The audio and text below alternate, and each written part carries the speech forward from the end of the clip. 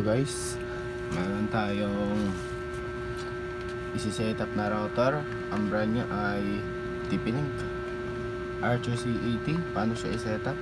So hindi natin nakasalpak yung power, tas itong internet yan sa modem.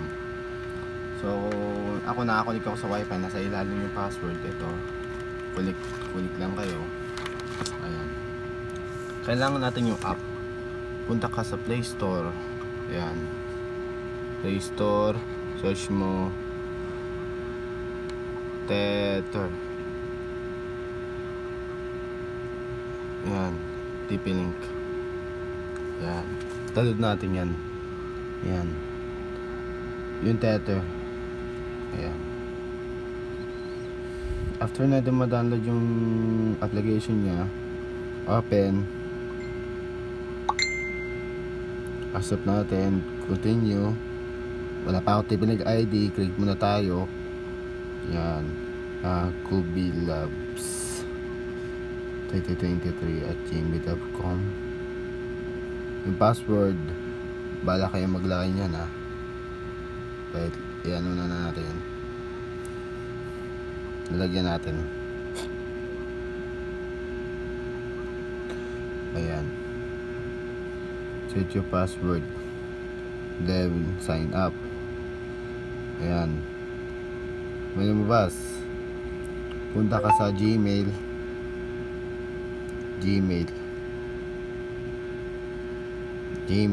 and TP-Link, then click finish.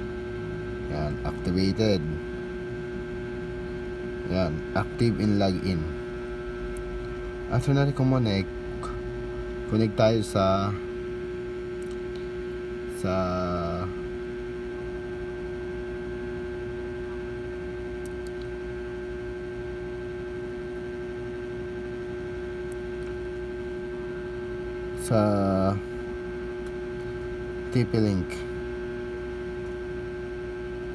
TP-Link, yung wifi name. Sabihin nakapatay pala, so i-on pala natin. Ayan, ayan, on muna natin siya. Ayan, dito ka muna, pabutin muna natin siya, tapos sana madetect sa wifi. Tayo natin.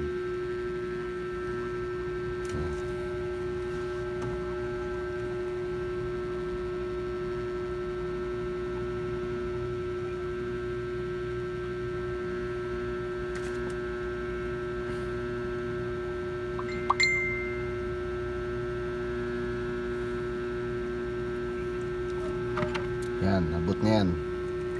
After yan mag-boot, ayan, masasabot natin TP-Link. Yan, punta tayo sa wifi, tapos hanapin yung pangalan ng TP-Link, yung pangalan ng mismong ito. Ayan, hindi pa nasasagap. Ito, TP-Link 5G. Tapos punta tayo sa app, Tether, then ito siya. Then magkakalik tayo yung password, dalagyan ko na, bahala kayo anong ilagay nyo. Saan? Admin 2023. Yan, kita nyo ha, Admin 2023. Create. Mali daw password. Yan, daw parehas na dalawa. Create.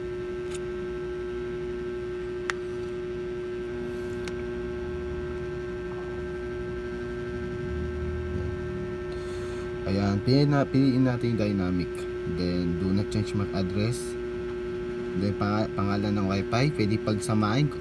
Halimbawa cellphone mo 5G, automatic 5G agad makakonect, iisang SSID lang, pero sa mga nahiwalay ako. Ayan, MAC helper 2.4G, 1, 2, 3, 4, 5, 6, 7, 8, example lang naman yan. Next, 5G, tanggalin natin yung 2.4. Yan, 5G. Next, skip lang natin yan. Ayan yung password. Ayan, screenshot nyo na lang. Ayan,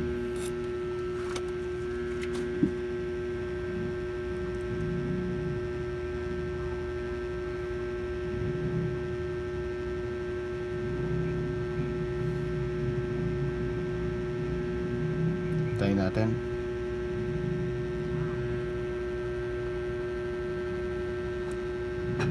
Yan, okay na yan. Punta tayo sa wifi. Yan, napin yung Mac helper. Tingnan kung gano'ng kabilis yung 5G nya. 1, 2, 3, 4, 5, 6, 7, 8. Yan, tas 2.4. 2.4 muna tayo. 1, 2, 3, 4, 5, 6, 7, 8. Yan, 2.4 speed test. Yan.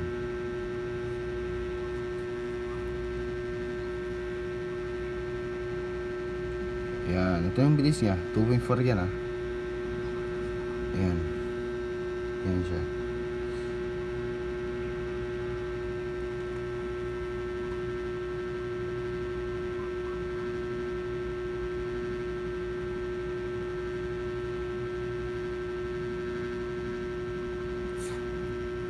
Yun yan, 100 plus. Yan. Ito natin kumalik sa 5G. 5G. Yan. Test again.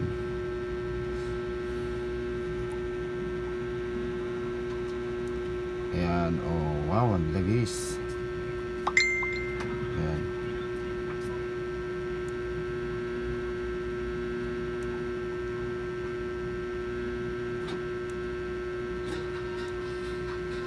Oh, ayan. Yan yung ano niya, result niya, malakas siya. Tapos punta tayo sa Tether app kung paano siya magpalit. Connected na tayo. Test pa, galing ah. Test. Yan, finish.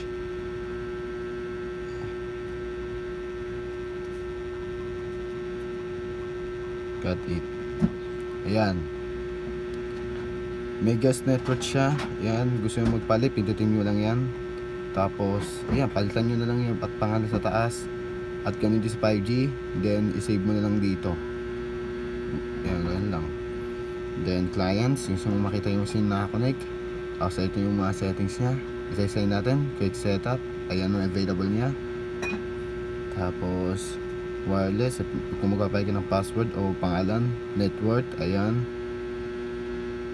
One mesh kung may ano ka, kung may extender ka.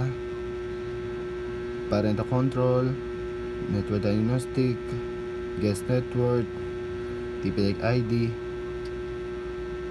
Tapos LED control, kung gusto mo mapatay yung ilaw niya sa harap, ayan, ito. Tapos operating mode, wala siyang wireless wireless repeating, orange repeater, ganun. Ayan, access point at wireless router lang, yan lang. System, ayan, firmware update, auto update, manage password, advanced settings, ayan lang. Yung sumaso sa mismong ano, yung mismong dashboard nya, ayan, mas marami settings dyan. Ayan. Kung easy nang gusto mong madalian lang, dito ka na mismo sa app mo. So ito lang, huwag magkalimutan mag-subscribe and click bell notification bell pag new video ma-notify ko kayo. So ito lang yung ano ko, paano magpalit ng pangalan at password. So ito lang, mag-setup. Bye bye.